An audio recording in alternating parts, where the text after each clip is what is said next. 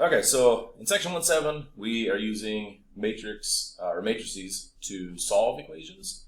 And I showed it in the graph with the graphing calculator in the notes. Obviously, if you don't have a graphing calculator, you need another option. So this is pretty much the best online one that I found. There are definitely some other ones. If you want to try a different one, feel free. But I'll put this link in the post as well. So first thing you do, once you have your matrix in that what we call the augmented form, or where you basically just have all your coefficients and then whatever they're equal to. Now this is set up for a 2x3, but you could also do a 3x4 like we saw some of in the notes. All you have to do is put what they call the elements, or the coefficients that make up your matrix. So let's just say I had one made up here. I'll just throw some kind of random numbers in here and we'll go from there. So again, this would be like if you had the equation 1x plus 5y plus 1z equals 4. And then the second line would be 2x plus 11y plus 5z equals 2. This one would have no x, so it'd be just 4y plus 1z equals 3. So, once you have this set up and you get the matrix using this side here, all you gotta do is scroll down a little bit.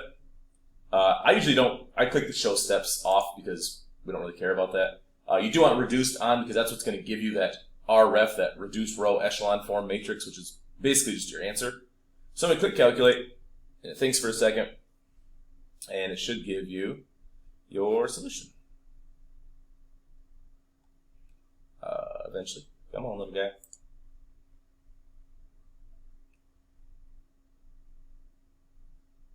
Alright, pause this for this. Okay, so sorry, just a little internet slowdown there. But so anyway, you hit calculate, and then the answer pops up down here. So this shows you what you put in originally, and then it gives you the RREF. This is the same thing we saw in our calculator. This will give you both in fraction form or decimal form. So, I made one with a bunch of really random numbers. Like I didn't pick a true equation that had whole numbers in it like that, which, this is going to happen sometimes. But from here, these are essentially your solutions. So this would mean that x is negative 0.36 repeating, and y is 1.36 repeating, and z is negative 2.5 or 4.5 repeating. Or again, you could write them in fraction form as well. But remember, this is what we're looking for with that solution matrix, where you see these diagonal ones, and that's giving you essentially what's x, what's y, and what's z. So feel free to use this site or use Graphic Calculator if you got one. Totally up to you.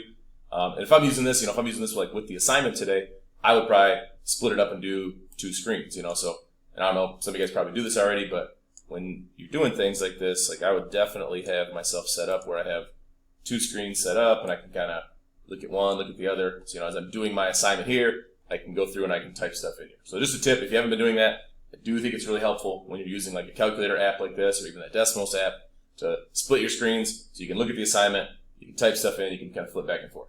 So try it out, see how it goes.